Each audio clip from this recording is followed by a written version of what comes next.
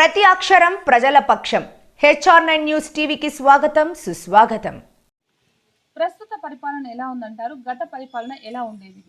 ఇప్పుడు పరిస్థితి చాలా దారుణంగా ఉంది. ఇంతకుముందు అయితే మేము టీడీపీ గవర్నమెంట్ ఉన్నప్పుడు ప్రతి సమస్య ప్రజలకు అడిగి చేసి క్లియర్గా చేసినాము. కానీ ఇంతకుముందు చేసినట్టు ఇప్పుడు ఎవరెవరో వాళ్ళకి సంబంధించిన నాయకులు మాత్రమే నలుగురికి న్యాయం జరుగుతుంది. మిగతా చిన్న చిన్న వాళ్ళకి బీసీలకు న్యాయం జరుగుతుంది. మా పంచాయతీలో ఎక్కువ బీసీ జనాలు ఉండేది, కానీ బీసీలకే చాలా అన్యాయం చేస్తున్నారు. వాళ్ళకి ప్రతి ఇంటి ఉన్న మెయిన్ నాయకులకు కూడా పెన్షన్లు వస్తాయి, చిన్న చిన్న వాళ్ళకు పెన్షన్లు కూడా ఇవ్వడం లేదు. వాళ్ళకి సంబంధించిన వాళ్ళకి మాత్రమే పెన్షన్లు చేస్తున్నారు.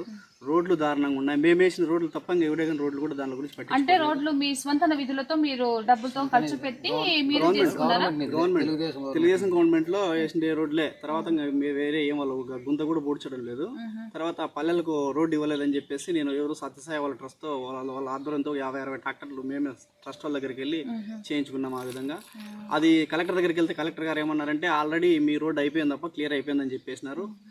ఎమ్మెల్యే గారి దగ్గర ఇదేదో 20 లక్షల అమౌంట్ ఉంటుందంటే అక్కడ గడప గడపకు దాంట్లో తీసుకోండి అప్ప అని ఎమ్మెల్యే దగ్గరికి వెళ్ళమన్నాడు. కానీ ఎమ్మెల్యే దగ్గరికి వెళ్ళి అడిగితే ఆయన నేను రోడ్డు వేసినంత రానంటాడు, కానీ ఇంతవరకు రోడ్డు కూడా వేసిండేది లేదు, ఈ మధ్యలో తిరిగి చూసిండేది లేదు. ఇది పరిస్థితి. తర్వాత కన్సెట్టిపల్లి టు నారేపల్లి రోడ్డు అది క్లియర్ అయిపోయింది. మన గవర్నమెంట్లో పల్లె రంగనాథ్ రెడ్డి గారు 1,64,00,000 శాంక్షన్ చేశారు ఆ రోడ్డు. కానీ అది ఏం చేశారో ఇప్పుడు కూడా తెలియదు కదా.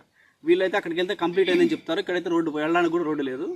ఇది పరిస్థితి ప్రస్తుత గవర్నమెంట్ రోడ్ల పరిస్థితి అంతేనో. తర్వాత వాటర్ సమస్య, ముఖ్యంగా ఈ విలేజ్కి వాటర్ సమస్యగా మన గత గవర్నమెంట్లో తెలుగుదేశం గవర్నమెంట్లో వేసిన బోర్తో ఇప్పుడు విలేజ్లో మొత్తం అందరికీ నీళ్ళు అందుతున్నాయి. కానీ ఇప్పుడున్న గవర్నమెంట్లో కనీసం ఇంకో బోర్ ఆల్టర్నేట్ వేసే ఆలోచన లేదు, దాని గురించి కూడా ఆలోచించే నాయకుడు లేడు. ఇది పరిస్థితి. అంటే ఇప్పుడు పింఛన్లు అందరికీ అందుతున్నాయి, ప్రతి ఒక్కరికి ఇంటింటికి వ్యాన్ చేసి వచ్చి ఇస్తున్నారంట అని చెప్తున్నారు. బట్ మీరేమంటారు? వాలంటీర్స్ ఏమి వస్తున్నారు మేడం, వస్తున్నారు, ఇస్తున్నారు, అదేం సజావుగా జరుగుతుంది. కానీ ప్రతి ఒక్కరికి కొంతమందికి చేయలేదు కూడా, చేయలేదు. అంటే ఎందుకు అని కారణాలు అడిగితే వాళ్ళు ఏమని సమాధానం చెప్తున్నారు? ఏదో ఫాల్ట్ ఉంటుంది భయ్యా, మీది ఏదో అక్కడి నుంచి అప్లికేషన్లోనే ఫాల్ట్ ఉంది, దానివల్ల ఇది కాకుండా పోతా ఉంది అని అధికారులు చెప్తున్నారు. వీళ్ళ దగ్గర నాయకుల దగ్గరికి పోతే మేము ఇచ్చినాము, మాకు ఇది కాలేదప్ప అది కాలేదప్ప అని చెప్పని అన్ని కుంటి సాకులు చెప్తా ఉన్నారు. దానివల్ల చాలా మంది పెన్షన్లు రాకుండా ఇది అవుతున్నారు. చాలా బీద పరిస్థితులు ఉండే వాళ్ళు కూడా చాలామంది ఇది అవుతున్నారు. బీసీ జనాలకు విడోలకు కూడా పెన్షన్లు ఇవ్వడం లేదు సరిగ్గా. కానీ ఓసీ జనాలు బాగున్న జనాలకు మా విలేజ్లో మండల కన్వీనర్ ఉన్నాడు, ఆయన భార్యకు కూడా పెన్షన్ వస్తుంది. కానీ అదే సంబంధించిన పార్టీకి సంబంధించిన కొంతమంది వ్యక్తులు బీసీలు ఉన్నారు. వాళ్ళకు ఎన్నిసార్లు మొరపెట్టుకున్నా కానీ వాళ్ళ పరిస్థితులు బాగాలేకపోయినా విడోలకు కూడా ఇవ్వడం లేదు. 2 విడోలకు ఇప్పటికి కూడా ఇవ్వడం లేదు పెన్షన్లు కూడా.